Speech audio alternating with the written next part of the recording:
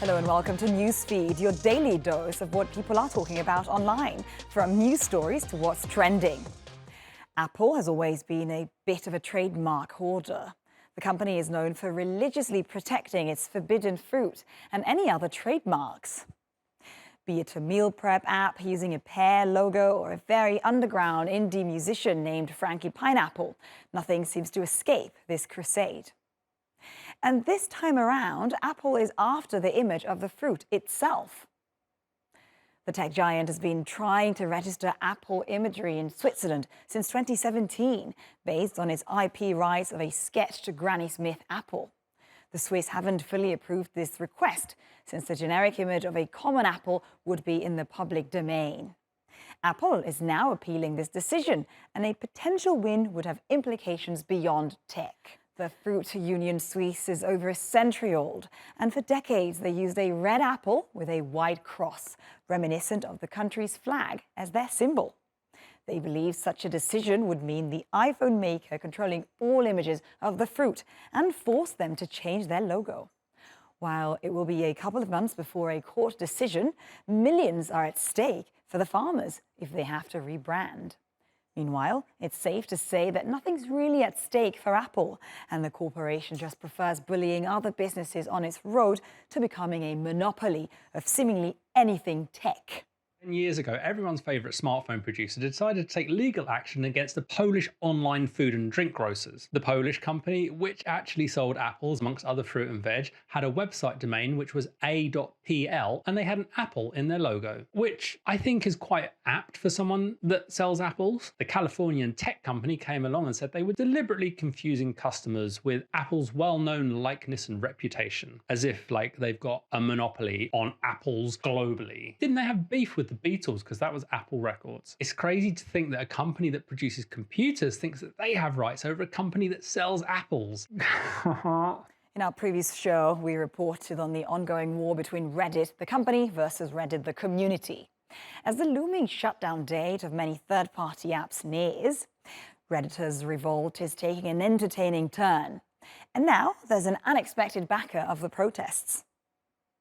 Several communities have decided to use alternative forms of protest, such as imposing post limitations, altering the focus of discussions, and temporarily making their communities private. r/Steam members are now posting about literal Steam, r/memes is only posting medieval memes, and r/well that sucks is now only posting about vacuum cleaners. Although these methods are very entertaining, it remains to be seen whether Reddit will display any inclination to yield or make changes. Concurrently, hackers have issued threats to release confidential data stolen from Reddit unless the company pays a ransom and reverses its API price hikes. The ransomware group known as Black Cat, or ALPHV, asserts that they have acquired 80 gigabytes of compressed data during a breach in February. Reddit has acknowledged the cyber incident, assuring that personal user data like passwords and email addresses remain uncompromised. The hackers demand a $4.5 million payment and the rollback of Reddit's API price changes. Reddit's response to the ransom demands remains undisclosed. Buckle up, folks. We're going to space. Well, I can't. But if you have $450,000 to spend on a ticket, maybe you can. Another player is entering the space tourism market, and it's Virgin Galactic. You might remember the company from its rather rocky history, but after a whole bunch of setbacks, the spacefarers are ready to take customers. The company announced the beginning of its commercial flights, starting as early as next week. And it looks exactly like a movie trailer. 3, 2, 1, release.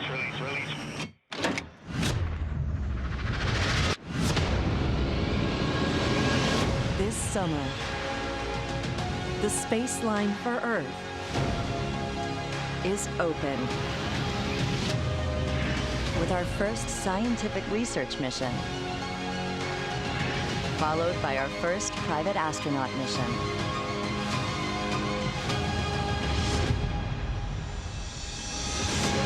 If you ever dreamed of exploring beyond, welcome to the new space age.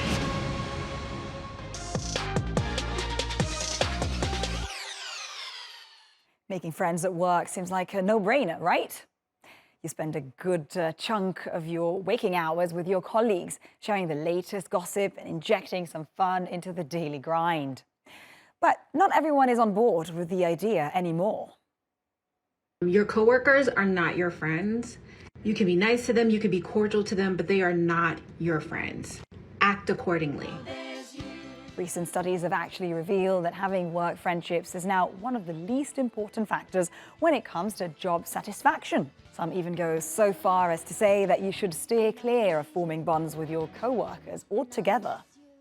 For starters, all that coffee machine chit-chat can seriously distract you from getting your work done. It's easy to get sucked into the abyss of office gossip and lose track of time and productivity. Let's not forget about the messy complications that can arise when personal matters enter the picture. People get entangled in drama, start despising their jobs, and feel let down when their so-called friends don't have their back in a crucial meeting. And some confuse their co-workers with family members, going as far as labeling them as their work mum, work dad, and even work husband or work wife, which is an open invitation for hindering your career success and unethical behavior. However, there's another side to this story, one that I firmly believe in. Work friends are crucial for your health. It's really true. This is what's interesting. Only 20% of U.S. adults say they have a best friend at work. Isn't that sad? They're just saying it's when you get social support in the workplace, it's great for your health and well-being, not just your emotional health and your mental health, but it boosts your internal health. You have less risk of burnout, a better judgment, fewer traumatic experiences. Having a bestie at work is also closely linked to how likely you are to recommend your employer, how satisfied you are with your job, and even your intent to quit. These connections have become even more crucial since the pandemic turned our lives upside down. Now, let's talk about a whole new generation entering the workforce, Gen Z. Known for their boldness and sarcastic attitudes, they've been crowned as the most challenging generation to work with. Hey, you guys, we did it. We are officially the most annoying generation to work with.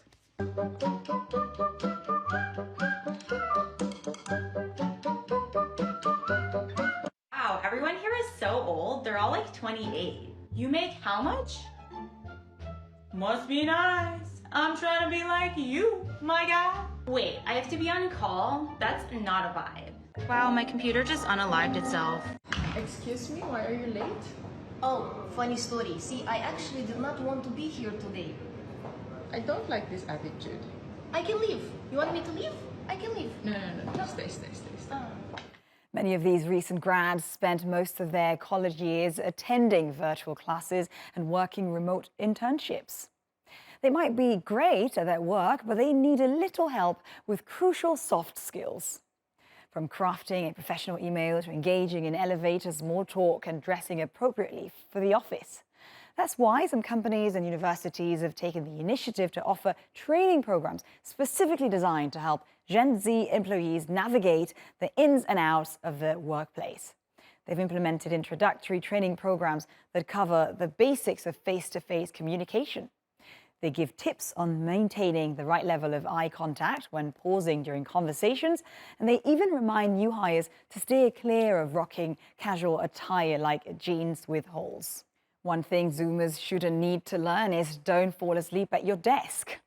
Or maybe dozing off during the day needs a rethink. Scientists have found evidence that suggests taking a nap may protect against brain shrinkage. Researchers for the Sleep Health Journal found a connection between daytime napping and a larger brain volume, suggesting a regular snooze provides protection against neurodegeneration. It could even slow down aging by 2.5 to 6.5 years. So taking a nap of no more than 30 minutes could lead to a longer, more fulfilling life. I have sisters and I don't have daughters, so I do need to tell you this.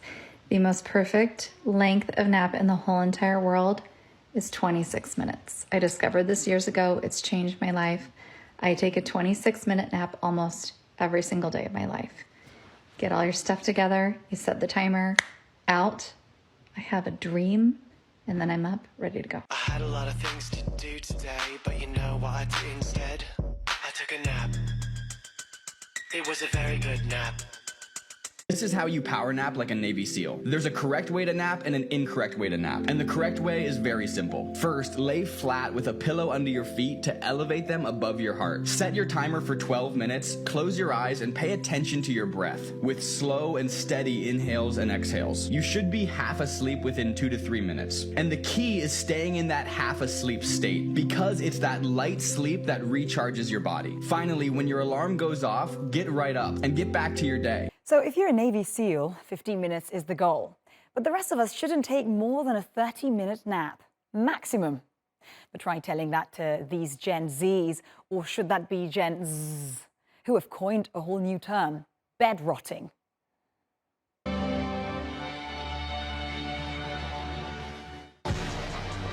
Back in December, that TikToker asked who actually likes rotting in a bed. The replies came gushing in from my favorite activity, I wish it was acceptable to tell people this is my hobby, to I don't gotta leave my room, I'm happy. The post quickly had 1.5 million hits. Bed rotting has over 200 million views on TikTok, making it officially a thing. Let's dive into the sensational trend that's making a splash this summer, mermaid core. We all remember Halle Bailey as the enchanting Ariel, but she's not the only one causing a tidal wave of excitement. TikTokers have taken their mermaid fascination to new depths, surpassing the Disney realm. This summer, everyone wants to channel their inner mermaid. The hashtag mermaid core has so far captivated nearly 300 million viewers on the app. You'll find tutorials for achieving the perfect mermaid look, hairdos that belong in a mythical realm, and even crafty guides for transforming your home into an underwater wonderland, complete with mermaid-themed cakes. Mermaid core includes fabrics and materials that flow just like the waves and shine just like the sun on the open sea. This one is giving coral reef. Inspired by the colors of the deep sea, you can incorporate denim into your mermaid core looks. Stunning. There are no strict rules when it comes to mermaid core. You just have to go with the flow. One thing that you also never should miss are accessories that look like you just found a treasure in the deep sea. Now this is what I call a modern day mermaid. I want to be as beautiful as the ocean. But there's more to it than just aesthetics. It's a lifestyle that encourages us to embrace a slower pace, immerse ourselves in daydreams, and unapologetically indulge in what brings us joy. It's a plunge into a state of summer-induced serenity, fulfilling our collective longing for escape, fun, and fantasy. Fashion and music have always gone hand in hand. Practically every artist has a well-crafted look. Some, like David Bowie here, took their appearance to spectacular levels. Well, now the music and fashion relationship is getting even more entwined. Enter the tourdrobe. What a star wears on tour is becoming the new catwalk show. Few can compete with Beyoncé. Her Renaissance tour concerts have become their very own ultimate catwalk, with the free-come-dress singer's designer outfits changing every night. From an Alexander McQueen bodysuit in Stockholm, a glittering silver Paco Rabanne mini dress in Paris, to a floor-sweeping Valentino ivory gown in Cardiff, Beyoncé is the ultimate supermodel superstar sensation. And that's our show. Find us on YouTube and do subscribe to our channel. Bye and see you next time.